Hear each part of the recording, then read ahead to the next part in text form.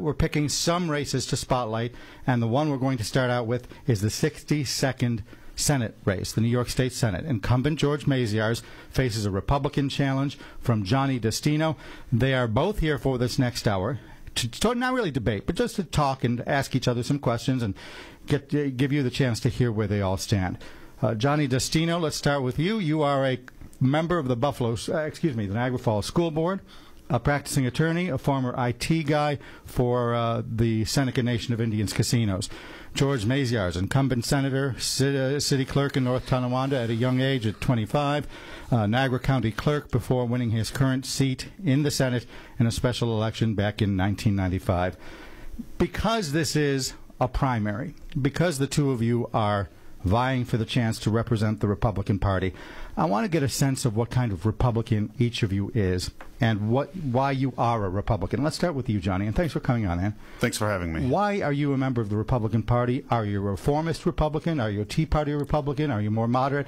How would you describe yourself within the party, and how do you describe the party? Well, I'm a traditional conservative, family values, limited government. In law school, I was the president of the Federalist Society, so faith and fidelity to the Constitution, because we believe that those are the principles that lead to prosperity. That's what made this country great, and a return to those principles is the only thing that's going to help New York State pull out of the basement, really, in terms of economic development. Similar question for you, George. What kind would there be a label? Can you say what kind of Republican you are? Oh, I don't know. I think that my late father, instilled in me and his 9 children.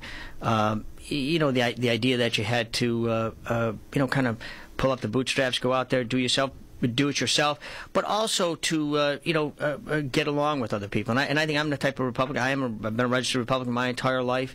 I believe very strongly in the tenets of the Republican Party. But I also feel that you have to get things done in government. People want results, and I have a career of being willing to work across the aisle, to get results. And that's the reason I have a primary today, is because I'm working with this governor to get results for Western New York. Talk more about that. What do you mean? Why do you think you're having a primary? Well, I think I'm having a primary because my opponent and some of his supporters are upset that we've been able to accomplish something, particularly in the area of energy. We're finally, after many years, standing up to the downstate interest movement afoot that wants to go to Albany and do what's happening in Washington right now. If you say yes, I say no. If you say black, I say white. That's how government's operated, quite frankly, in the city of Niagara Falls for so long. Let's bring you in, Johnny. Why are you running? Is it because he compromises too much? I'm saying that they compromise too much on fundamental principles. We keep drifting to the left in this state. We never attack the underlying social problems. We're the welfare capital of the country.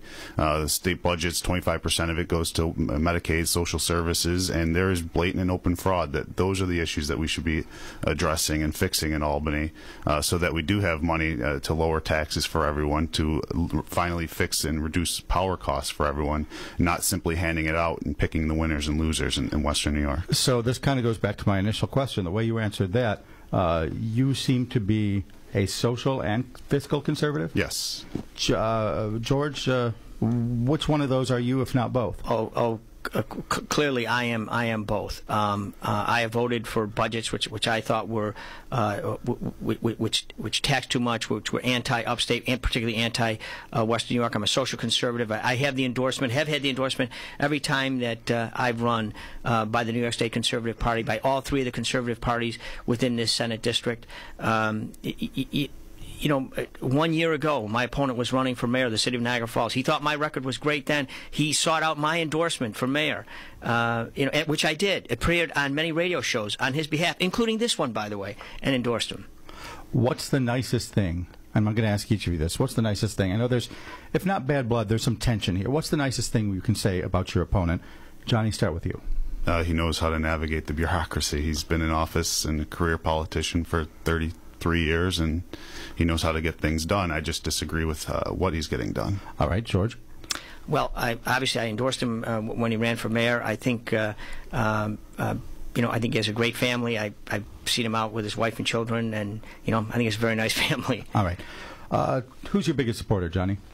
financially? Financially, I believe Carl Palladino so far. I have the endorsement of local 91 laborers. They've contributed as well. Mostly, it's we're doing this grassroots. I've been going door to door, pounding the pavement, meeting people. It's a huge district, geographically speaking. So, are you a Carl candidate? Did he solicit your running? He was interested in finding candidates who were willing to go to Albany and not accept the status quo. I got into this race. There are many reasons why I got into this race. A few years ago, I ran for the school board in Niagara Falls, primarily to attack the culture of patronage and nepotism in Western New York. And you just find out that it goes up the ladder, and it needs to be addressed. That is one of the issues that I believe the citizens, they don't have any faith that they're getting the best people representing them, or that the best people are getting hired. It's who you know and what you know, or who you know rather than what you know. Are you, when you say that, and I don't want to put words in anyone's mouth here today,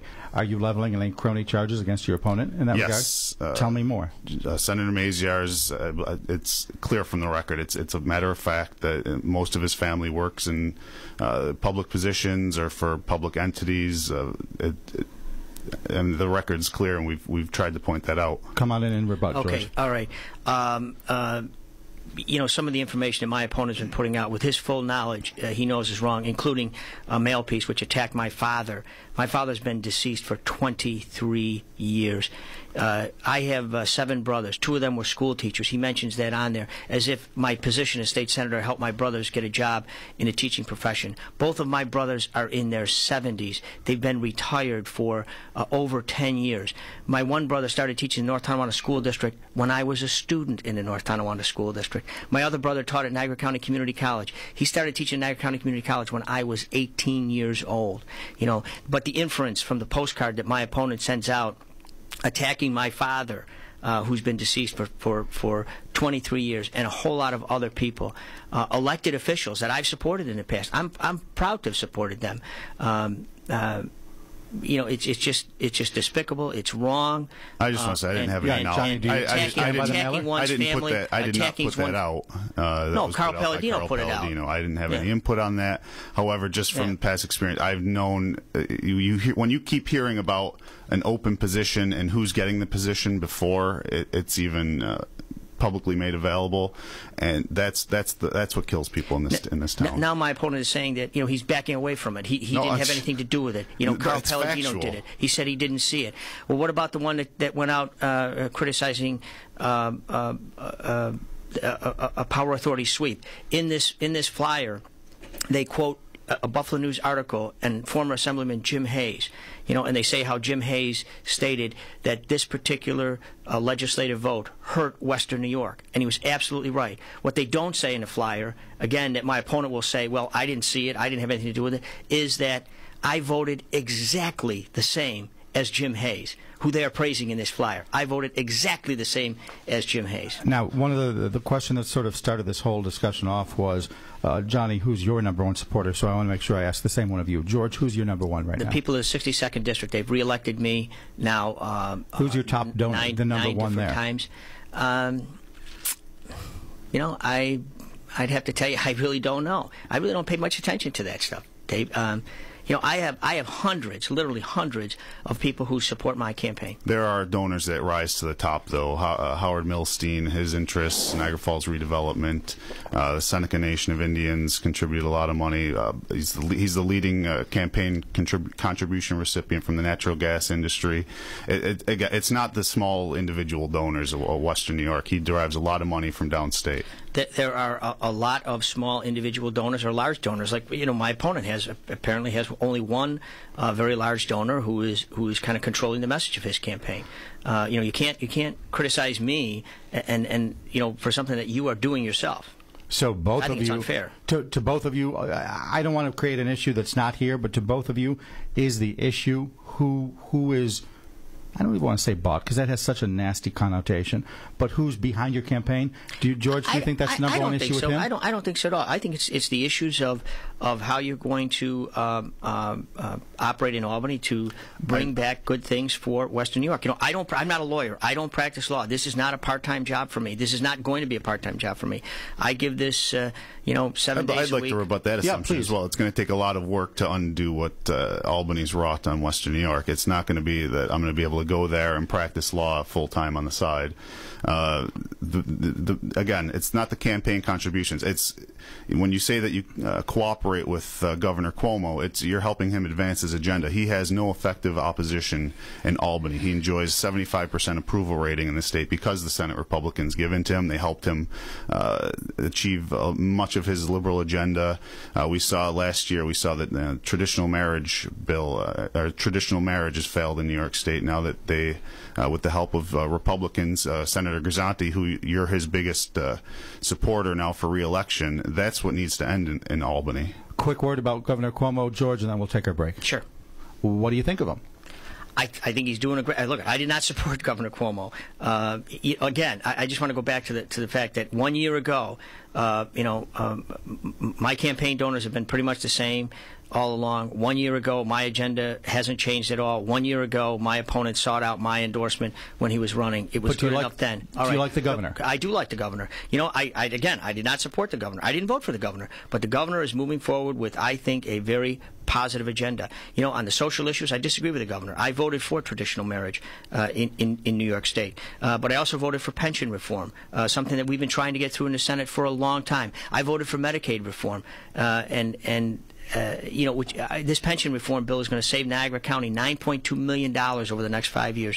The Medicaid reform that we working with the governor, is going to save the taxpayers in Niagara County $7.5 million over the next 3 years. All right, we're budget. What is the one sacred cow that you would never cut, and what one thing do you really think has to go?